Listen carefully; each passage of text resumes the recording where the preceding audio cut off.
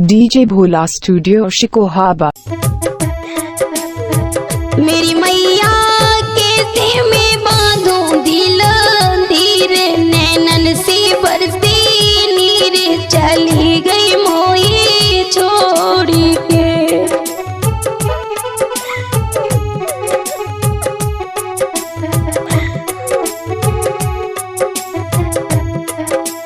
हाँ भाइयों, इस मल्हार के माध्यम से मैं अपनी माँ के बारे में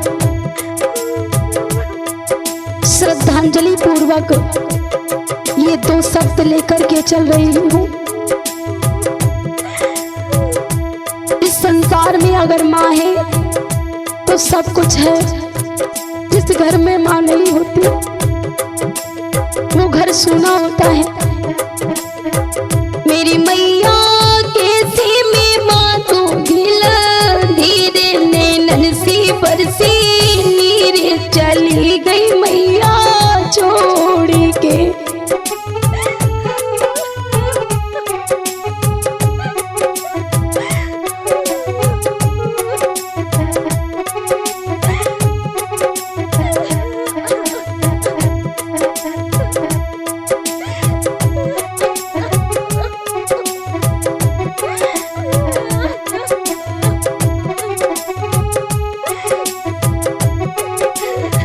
याद करती तेरी लाडली मेरी मम्मी,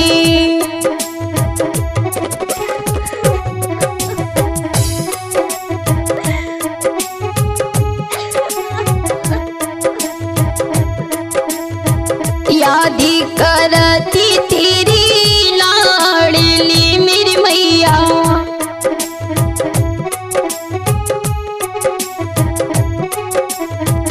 याद करती तेरी लाडली मेरी मम्मी,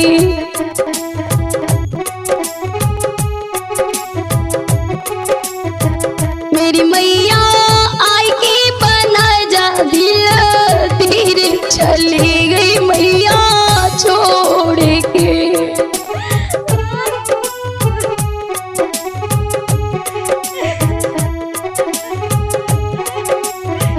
मेरी मैया आई के बनाए जा दिल, धीरे चली गई मम्मी छोड़ के।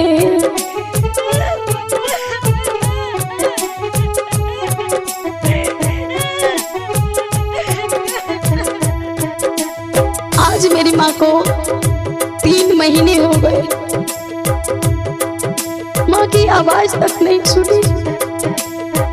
3 महीना आज रह गए मेरी मैया,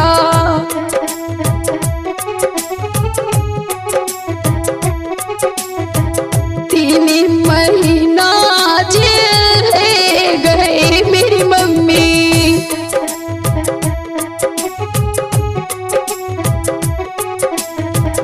मेरी मैया आई न तो मेरी याद चली गई मैया छोड़ के।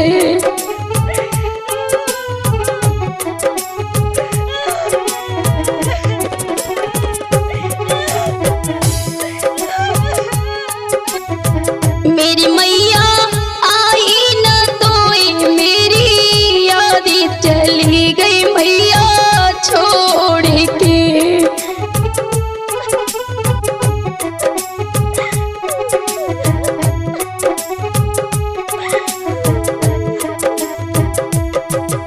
जिधर भी देखती हूँ उधर सबकी माँ दिखाई देती है, मगर मेरी माँ नहीं दिखाई देती मुझे।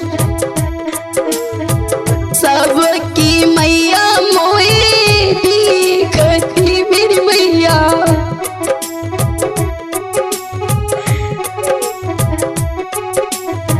सबकी मैया मोए दिखती मेरी मम्मी।